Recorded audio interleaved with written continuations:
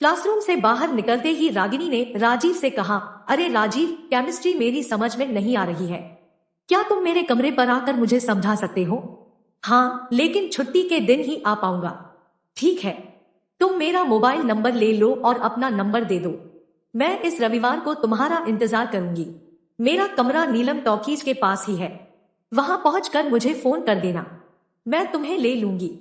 रविवार को राजीव रागिनी के घर में पहुंचा। रागिनी ने बताया कि उसके साथ एक लड़की और रहती है। वह कंप्यूटर का कोर्स कर रही है। अभी वह अपने गांव गई है। राजीव ने रागिनी से कहा कि वह केमिस्ट्री की किताब निकाले और जो समझ में न आया है वह पूछ ले। रागिनी ने किताब निकाली और बहुत देर तक दोनों सूत्र हल करते रहे। अचानक रागिनी उठी और बोली, मैं चाय बना कर लाती हूँ। राजीव मना करना चाह रहा था, लेकिन तब तक वह किचन में पहुंच गई थी। थोड़ी देर में वह एक बड़े से मग में चाय लेकर आ गई। राजीव ने मग लेने के लिए हाथ बढ़ाया, तभी मग की चाय उसकी शर्ट पैंट पर गिर गई।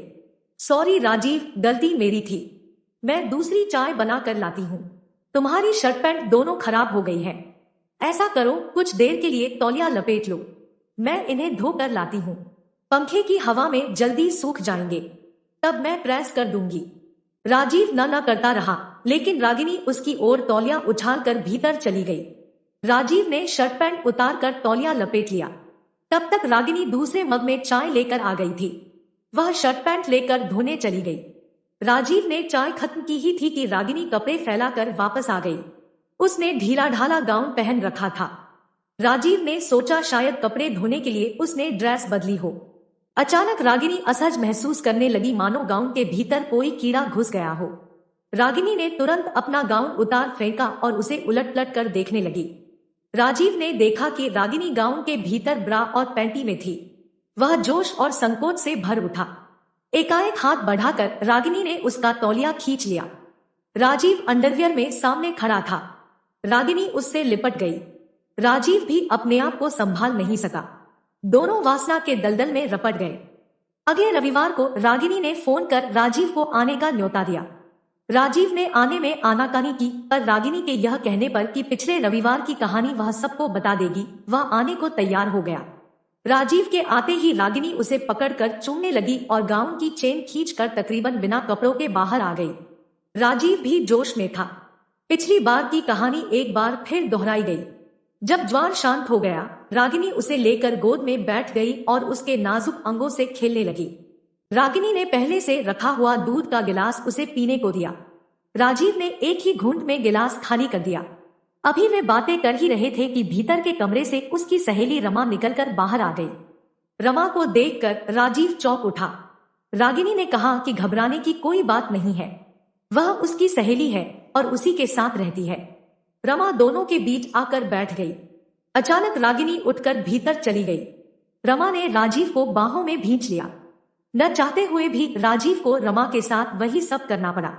जब राजीव घर जाने के लिए उठा तो बहुत कमजोरी महसूस कर रहा था। दोनों ने चुंबन लेकर उसे विदा किया। इसके बाद से राजीव उनसे मिलने में कतराने लगा। उनके फोन आते ही वह काट देता। एक दिन रागिनी ने स्कूल में उसे मोबाइल फोन पर उतारी वीडियो क्लिपिंग दिखाई और कहा कि अगर वह आने से इनकार करेगा तो वह इसे सबको दिखा देगी। राजीव डर गया और गाहे उनके कमरे पर जाने लगा। एक दिन राजीव के दोस्त सुरेश ने उससे कहा कि वह थकाका सा क्यों लगता है। इम्तिहान में भी उसे कम नंबर मिले थे। राजीव रोने लगा। उसने सुरेश को सारी बात बता दी। सुरेश के पिता पुलिस इंस्पेक्टर थे। सुरेश ने राजीव को अपने पिता से मिलवाया। सारी बात सुनने के बाद वे बोले, तुम्हारी उम्र कितनी है? 18 साल। और उनकी? इसी के लगभग। क्या तुम उनका मोबाइल फोन उठा कर ला सकते हो? मुझे फिर वहां जाना होगा। हाँ, एक बार। अब की बार जब रागिनी का फोन आया तो राजीव काफी नानुकर के बाद हूबहू उसी के जैसा मोबाइल लेकर उनके कमरे में पहुंचा। 2 घंटे समय बिताने के बाद जब वह लौटा तो उसके पास रागिनी का मोबाइल फोन था।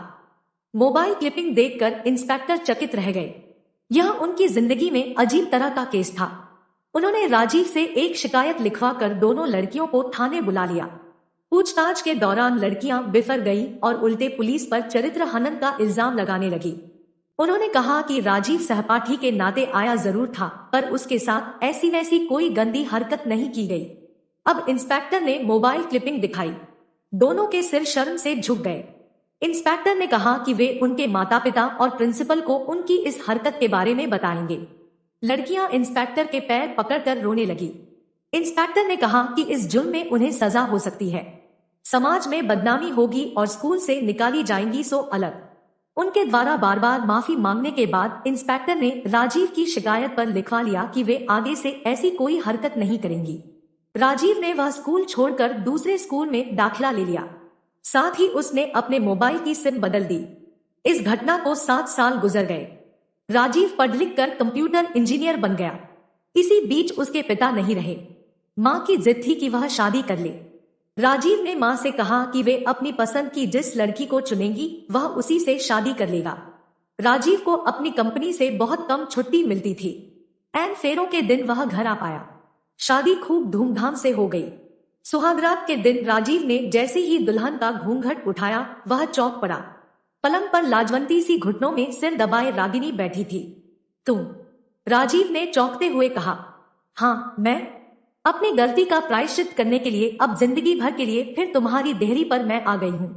हो सके तो मुझे माफ कर देना। इतना कहकर रागिनी ने राजीव को गले लगा लिया।